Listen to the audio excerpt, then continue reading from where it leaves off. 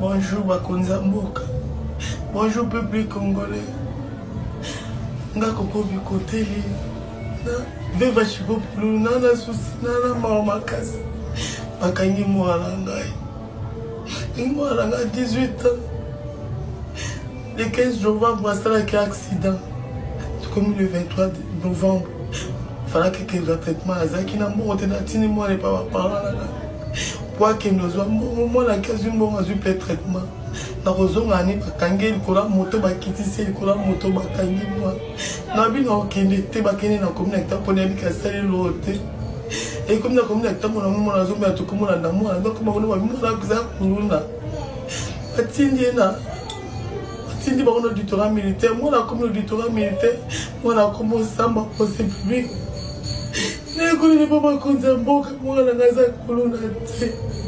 Mwana ngaza kuluna te, mwana ngaza kuluna te.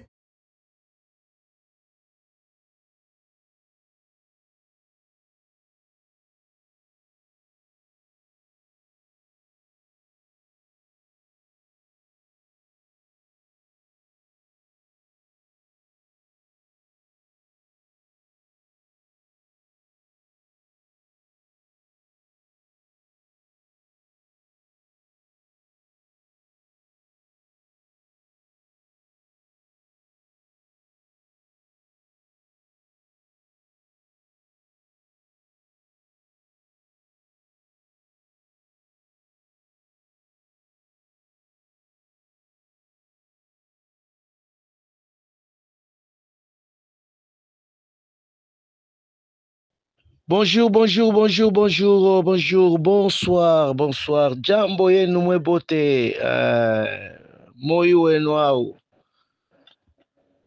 Good Sunday to everybody. Voilà, naloba isu na mnoko nini. Je pense que batu nyonso baza ya ko sepela pendant ce moment, surtout parce que tozali ko kokoba muke muke, donc vers la fin de cette année. Alors ezo sala et sengo mingi na kati ya motema. Je pense que mingi tozalaki na bango batikaki biso lelo to alisu na bango te, mais la grâce de Dieu seulement est en train de nous couvrir, la grâce de Dieu est en train de nous protéger. Voilà la raison pour laquelle nous ne pouvons pas nous empêcher de dire merci au Très-Haut, merci au Très-Haut, merci au Très-Haut pour tous les abonnés que Dieu a gardés. Merci Nzamba Batelibino, Dieu a gardé ses serviteurs, Dieu a gardé ses servantes. Merci pour la famille Amani, merci pour Maman GH, merci vraiment pour l'homme de Dieu, le prophète Samuel Lukao Luanzambi, que nous n'allons pas oublier vraiment de faire dédicace, big dédicace à toi, mon papa, cette fin de l'année. Que l'Éternel Dieu continue toujours à arroser, à vous protéger. Pourquoi pas vous accompagner dans tout ce que vous avez comme projet. En tout cas, bana nzambe nyonso ya lokekele ya bino yango wana. Merci à toi, Maman Chris. Merci à toi, Ndeko Blaise Philemon. Voilà, yayo yango wana. Merci et big dédicace na ba grand consommateur, ya émission Oyo Elekaka na EHP Media, ba tranche na bino oyo ya ba analyse, ba tranche na bino oyo toyaka kopesa ba conseil, toyaka kopesa ba lumière. En tout cas, big dédicace à vous tous. Bande kotolobaka tambola omona makambo mokili eza vraiment compliqué. Mokili nayebi te toloba soki vraiment ba pire bazalaka, soki toloba penza ke ba intime penza bazalaka. Po lelo mokili ekoma nango compliqué. Jésus Christ azalaka na bango 12, mais na katikati na bango moko abengamaki na kombo ya Judas Iscariote. Judas Iscariote bapesa ye kitunga ya mabonza, administration nyonso na kati ya maboko na ye, mais gloire soit rendue au Seigneur parce que Yesu balekelaka ye na esprit te. Yesu aza nzambe, nzambe badribilaka ye te, okoki jamais ko dribble nzambe. malgré apesa ki administration mais abandaki koyeba un jour que oyo aza traître, mutu oyo akotrahir ngai, akoteka ngai yeyo. Jésus savait très bien. Voilà pourquoi topesaka toujours conseil tolobi que loko nyonso na kati ya mokili, il faut consommer avec modération. Consommer avec modération. Bato ebele bakufa batika mabele pona nini excès pe ya confiance, excès ya confiance, confiance moko aveugle. Naza kopekisa te bato bocha bopesa confiance na baninga. Oui, il existe de vrais, il existe de vrais, mais je vous dis dans ce monde ezana bato oyo bazalaka na biso tout simplement parce que ils sont en train de courir derrière les intérêts. Quand les intérêts ne sont plus là, okokoma kaka lokola lilala oyo babendaki ji nyonso, alors que ji esili, à quoi ça sert encore? Etikali kaka ebwakama.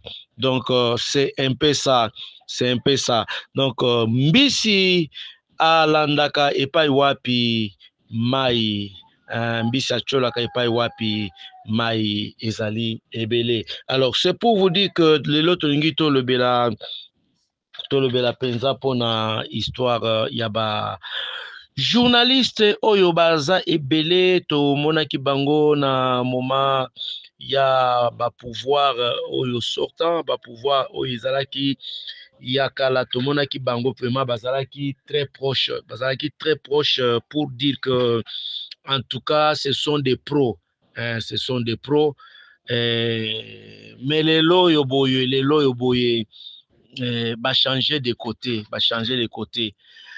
alors que musala ya journalisme tolobaka ezalaka musala oyo ni pour ni contre, ezalaka ka église au milieu du village. Donc journalisme yango wana, mais soki kolinga penza okoma journaliste na kati ya poche ya mutu, dans ce sens que makambo même ya mabe yo ozali kaka ko couvrir, yo ozali kaka ko appuyer, c'est là que vraiment la justice n'est plus, la justice est bâclée.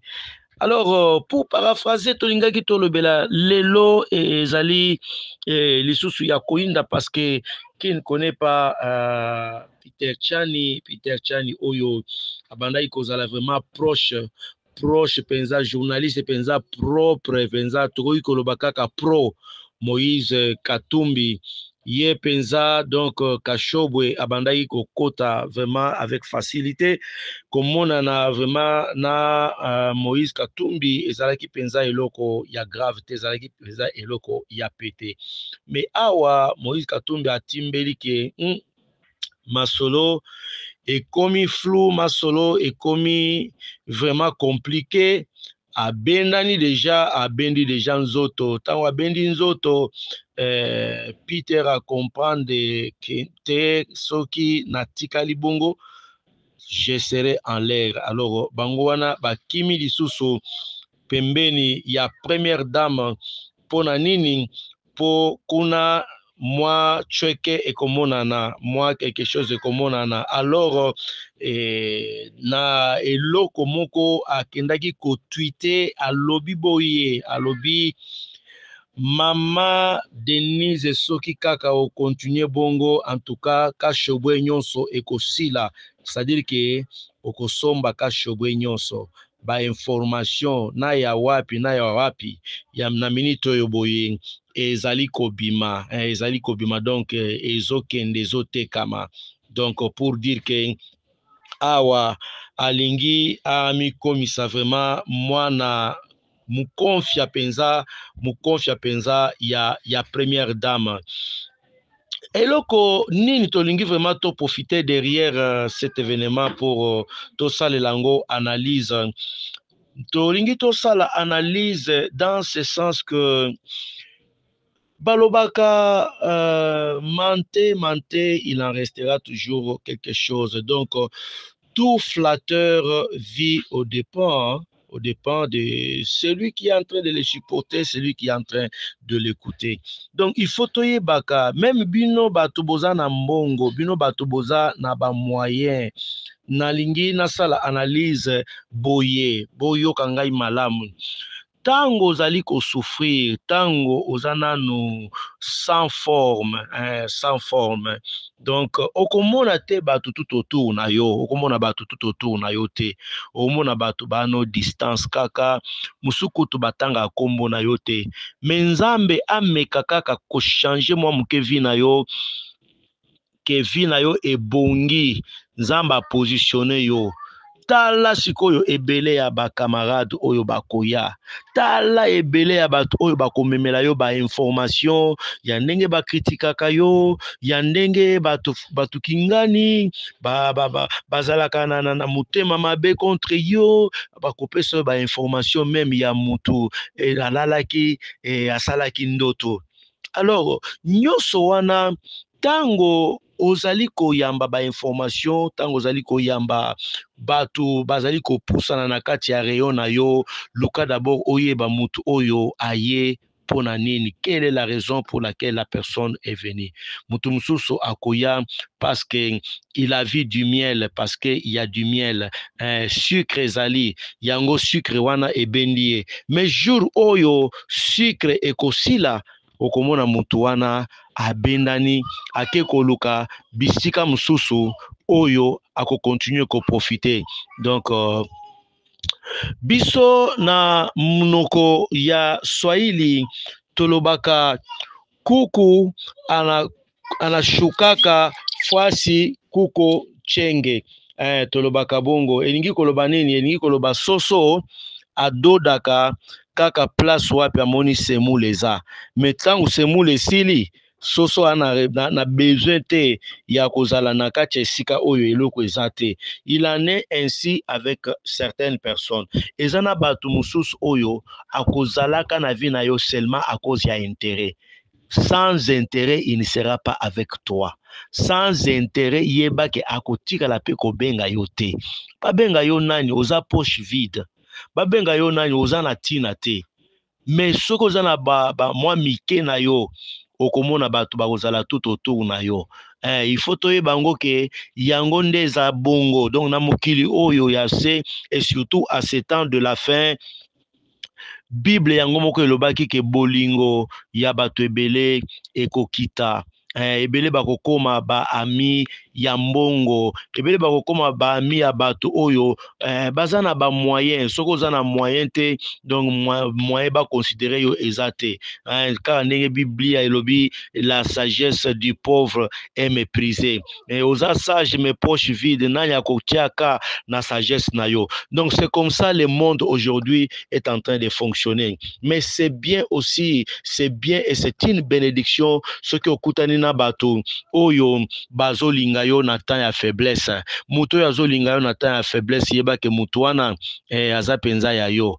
Oyo wana aza penza ya yo, Nzambe atindelaki yo. Mais mutu oyo ayaka koluka ki camarade, ayaka koluka ki bondeko kaka na kati ya abondance, yeba ke celui-là c'est un flatteur, c'est vraiment un flatteur. Ba Judas Iscariote genre ya bango yango wana. Donc na moment ya abondance nde bayaka, mais moment oyo za vide, moment oyo zo tambola madofolo makolongulu, tu n'as pas quelque chose à manger, oza na kati ya maki, là bazo kipe yo te. Mais oyo azo kipe yo dans les moments où tu n'as rien, oyo wana penza azaya yo. Yango tolobaka toujours que tango o se positionner dans la vie, quand tu te positionnes, kobosa nakate les anciennes relations là, ndeko mobali, ba ancienne relation wana ndeko oya bandaki ko supporter yo, ndeko oya bandaki ko supporter yo wana, tango oyo yo bandaki kozanga wana, tango komi bien obosani mutu wana,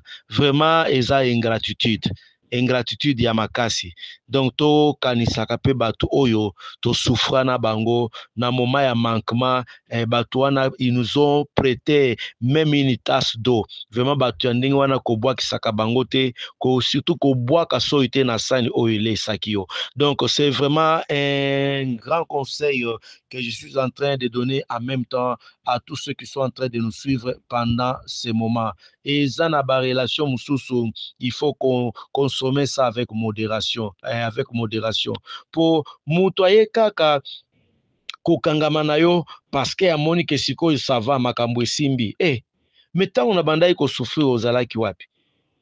Bien sûr que ezana ba ami mususu oyo bayaka na moment ya grandeur, mais il faut koyebaka ko doser pe ko tamiser ba relation nyonso, tamiser ba relation nyonso po oyeba penza qui profite derrière toi et qui vient réellement pour le vrai amour. En tout cas, conseil tolingaki topesa yango wana, c'est pour dire que bandeko oyo baza toute une liste là oyo to kotanga yango te pour des raisons ya déontologie tokotanga yango te, mais baza toute une liste là oyo bakei penza epai ya première dame bango moko kaka wana babandaki kozala lisusu na bato ya opposition, babandaki kozala lisusu na tango ya Moïse Katumbi bandai kozala tango kuna esimbi te ba changer de côté. Donc c'est ça le monde. Alors soyons prudents et je vais finir par dire vraiment beau liker pe beau s'abonner massivement. Eza période ya festivité botindela kabiso ba commentaire na bino pour que tout ça la paix dédicace na tranche oya ba dédicace todo dédicacer déjà bato auto dédicacaki fois passé tozomona réaction te. En tout cas, bon réagir s'il vous plaît et que le Très-Haut vous protège.